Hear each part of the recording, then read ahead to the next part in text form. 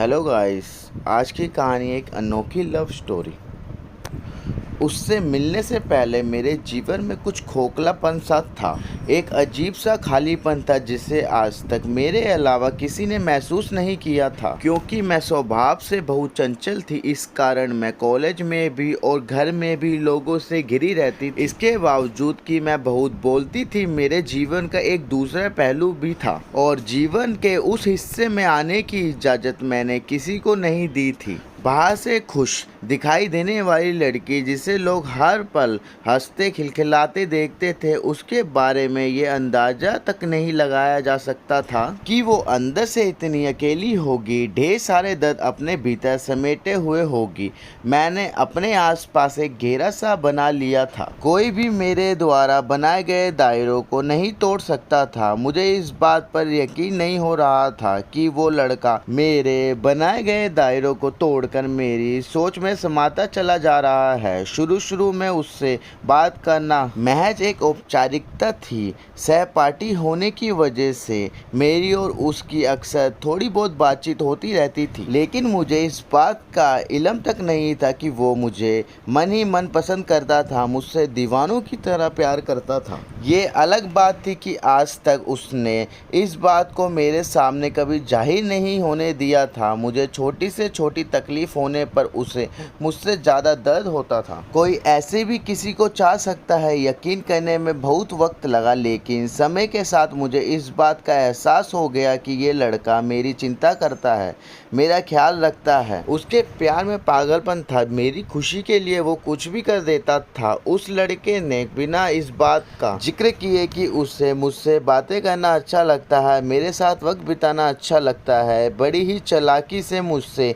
दोस्ती के लिए पूछा। उस दिन संयोग से हम दोनों कॉलेज जल्दी आ गए थे और कॉलेज रूम में कोई नहीं था। उसने कहा कि क्या मैं तुम्हारा हाथ पकड़ सकता हूँ। पहले तो मुझे बड़ा आश्चर्य हुआ कि आज इस लड़के को क्या हो गया है, ये इस तरह की बातें क्यों कर रहा है, लेकिन मुझे उस पर पूरा भरोसा था कि वो कोई गलत काम नहीं करेगा। उसकी आंखों में सच्चाई थी और ये बात मैं साफ साफ देख सकती थी। उसने इतनी हॉनेस्टली से मेरा हाथ मांगा कि मैं उसे मना नहीं कर पाई और मैंने उसे अपना हाथ दे दिया। उसने मेरा हाथ अपने हाथों में लिया और कहा, क्या तुम मेरी दोस्त बनोगी? तुम मुझे अच्छी लगती हो और मैं तुम में एक अच्छा दोस्त देखता हूँ, अच्छा इंसान देखता हूँ और मैं चाहता हूँ कि मैं जिंदगी भर तुम्हारा दोस्त बनकर तुम्हारे साथ रहूं। उसने इतनी ईमानदारी से अपनी इस बात को मेरे सामने रखा कि मैं ना नहीं कर पाई और मैंने हाँ कर दिया। उस दिन उसने बस इतना ही कहा और चला गया। मुझसे दोस्ती करने की खुशी मैं साफ साफ उसके चेहरे पर देख सकती थी। मैंने इस बात को बड़े हल्के में लिया, हालांकि मुझे ये सोच कर दिन भर बहुत हंसी आ रही थी किस तरह से डरते डरते उसने मेरा हाथ पकड़ा था। जब मैंने अपना हाथ उसके हाथों में दिया था तो मैं अच्छी तरह से उसकी कांपती हाथों को महसूस कर सकती थी और पूरे दिन उस वाक्य को याद करके मुझे हंसी आ रही थी। मैं अकेले में भी बिना बात के हंसे जा रही थी। मेरे आसपास रहने वाले लोग ये देखकर समझ गए थे कि ज़रूर कोई बात है। अब हम दोनों दोस्त बन गए थे और उसने बड़ी ही चालाकी से मुझसे किसी भी वक्त फ़ोन पर बात करने की इजाज़त मांग ली थी।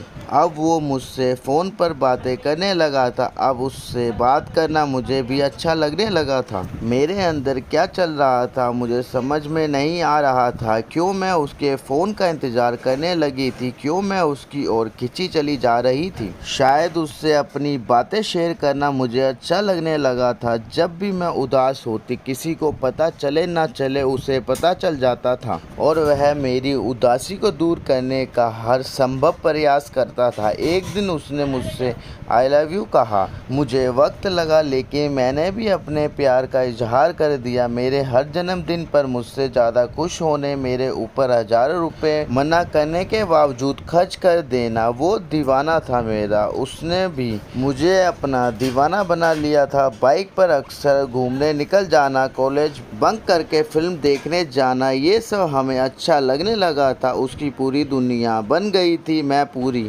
मेरी पूजा करता था वो मेरे लिए, किसी से पंगा लेने से पहले बिल्कुल नहीं सोचता था। वो दिन तेजी से बीतने लगे, हम दोनों दुनिया को भूल चुके थे। प्यार के उस दौर ने हम दोनों को भीतर से बदल दिया था। हमने प्यार की ढेरों कस्में खाई और ढेरों वादे किए। वक्त ने करवट लिया, मेरे पिताजी ने 20 या 21 साल की कम उम्र में ही मेरी शादी पक्की कर दी। अंदर से मेरा हाल भी बेहाल था, लेकिन वह मुझसे ज़्यादा बेहाल था। वह किसी भी हद तक जाने को तैयार था मेरा साथ पाने के लिए, लेकिन मैं जानती थी कि अगर मैं घर से भाग जाती हूँ तो मेरे घर वालों का समाज में जीना मुश्किल हो जाएगा। कड़े मन से मैंने उसके साथ जाने से इनकार कर दिया। वह हर दिन सैकड़ों बार कोशिश करता कि मेरे फैसले को बदल पाए, लेकिन मैं नहीं मानी। मेरी शादी हो गई, हर कोई खुश था उस लड़के के सिवा। अपनी शादी के बहुत महीने के बाद मेरी उससे मुलाकात हुई। उसने अपना हाल बेहाल कर लिया था। उसने कहा कि वो मुझसे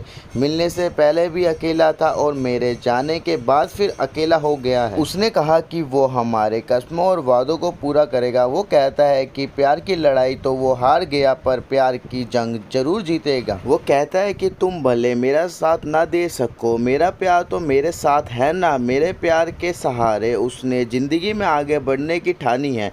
वो कहता है कि उसका प्यार सच्चा है, इसलिए उसका प्यार कभी उसकी कमजोरी नहीं बनेगा। मुझे अपनी गलती का एहसास है, क्योंकि मेरा प्यार मुझसे ज़्यादा दुखी है और मैंने उसकी ज़िंदगी को बर्बाद कर दिया है। मैं उस दीवाने के प्यार को सलाम करती हूँ जिसके पास ना मेरा तन है, ना मेरा समय, ना मेरा जीवन, पर अब भी वो मुझसे प्यार करता है। पर उस दिन उसने मुझसे झूठ बोला था। शायद वह बुरी तरह टूट चुका था, जबकि उसने खुद को बहुत बहादुर दिखाने की कोशिश की थी। वह लोगों से दूर होता चला जा गया था, बुरे लोगों से दोस्ती कर ली थी उसने। वह शराब, सिगरेट और ड्रग्स का आदी हो गया था। वह पूरी तरह डिप्रेशन का शिकार हो गया था और अंत में एक दिन उसने आत्महत्या कर ली। ये था इस कहानी का अंत। मैं ना तो जीते जी उसके साथ रह पाई, ना उसके अंतिम समय में उसका साथ निभा पाई। उस दौर में जी रहे हैं हम जहां दुश्मन तो आसानी से पहचाने जाते हैं, लेकिन सच्चे या झूठे प्यार को पहचानना दिन पे दिन मुश्किल होता जा रहा है। प्यार कीजिए, लेकिन सोच समझकर। अंधे प्यार का अंत हमेशा बुरा होता है।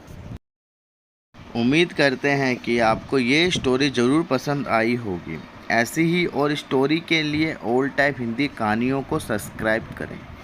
Thank you for watching video.